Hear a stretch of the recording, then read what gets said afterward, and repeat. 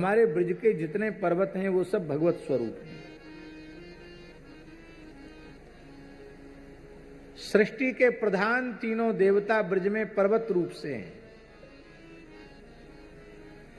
ब्रह्मा जी ने 60,000 वर्ष तक तप करके राधा रानी से वर प्राप्त किया कि आपकी लीला का आस्वादन हमको मिले, आपकी चरणरज हमको मिले। तब राधा रानी ने उनको श्री बरसाने के पर्वत के रूप में ब्रज में विराजमान होने को कहा। और बरसाने के पर्वत को पुराणों में ब्रह्मगिरि कहा गया। क्या गया? ब्रह्माचल कहा गया। ब्रह्माचल या ब्रह्मगिरि वो साक्षात ब्रह्मा जी का स्वरूप है। हमारे मलुक पीठ में बरसाने की एक शिला विराजमान है।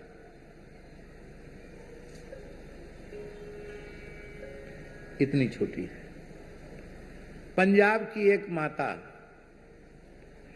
ये बात लगभग 35-40 साल पुरानी होगी। पंजाब की एक माता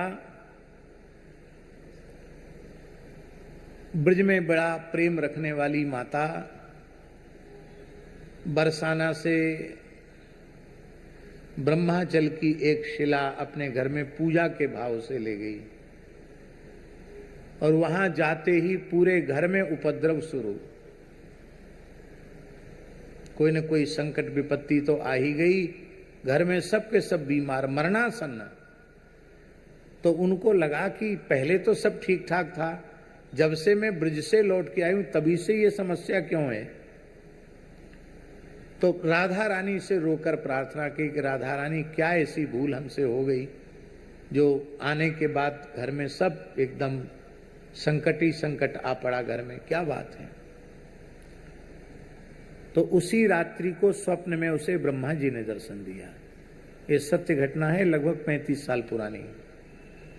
ब्रह्मा जी ने दर्शन दिया, 4 मुंह के देवता उनके सामने ब्रह्मा जी प्रकट हुए और प्रकट होकर बड़े क्रोध पूर्वक कहा कि जिन राधा रानी की चरणरज प्राप्ति के लिए हमने ब्रज में पर्वत का रूप धारण किया और तू हमारे एक अंश को ब्रज से उठा करके यहाँ पंजाब में लेके आई है, जब तक इसको वहीं नहीं पहुंचाएगी तब तक तेरे घर की समस्या का समाधान नहीं होगा।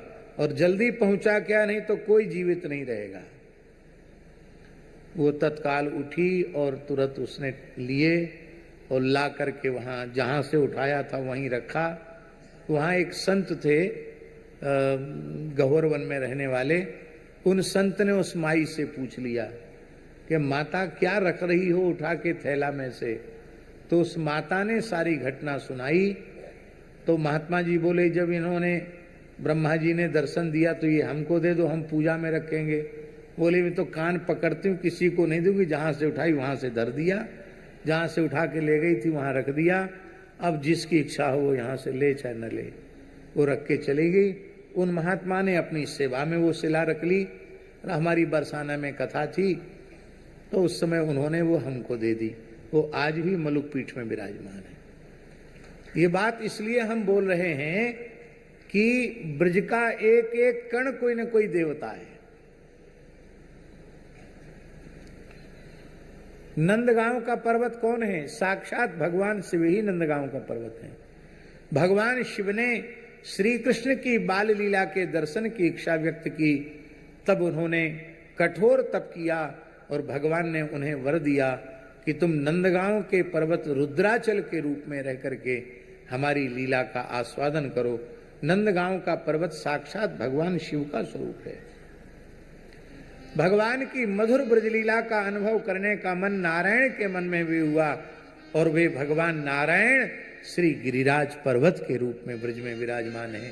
तो ब्रह्मा विष्णु महेश तीनों देवता पर्वत के रूप में विराजमान है। ये हमारे जड़खोर के भी जो पर्वत है ना, ये सब के सब भगवत स्वरूप हैं। एक बार पूज्य श्री रमन रति वाले महाराज जी का फोन आया। हम जड़खोर गोधाम में ही थे तो उन्होंने कहा कि हमारे गिरिराज जी तो खूब आनंद में हैं। हमने कहा महाराज जी मैं गिरिराज जी में नहीं हूं, मैं इस समय जड़खोर गोधाम में हूं। तब उन्होंने कहा जड़खोर के जो पर्वत हैं वो भी गिरिराज स्वरूप ही हैं, ऐसे शास्त्रों का प्रमाण उद्धृत करके उन्होंने बताया। ब्रज के सभी पर्वत गिरिराज स्वरूप ही हैं। और अरे बड़े दुख की बात है, ऐसे ब्रज के पर्वतों का भी खनन हो रहा है। आप और चीज तो आप बना लेंगे, लेकिन ये पर्वत जो भगवान की लीला के स्थल हैं ये नष्ट हो जाएंगे, आप इनको पुनः कैसे निर्मित करेंगे? आई मेरे श्याम लगो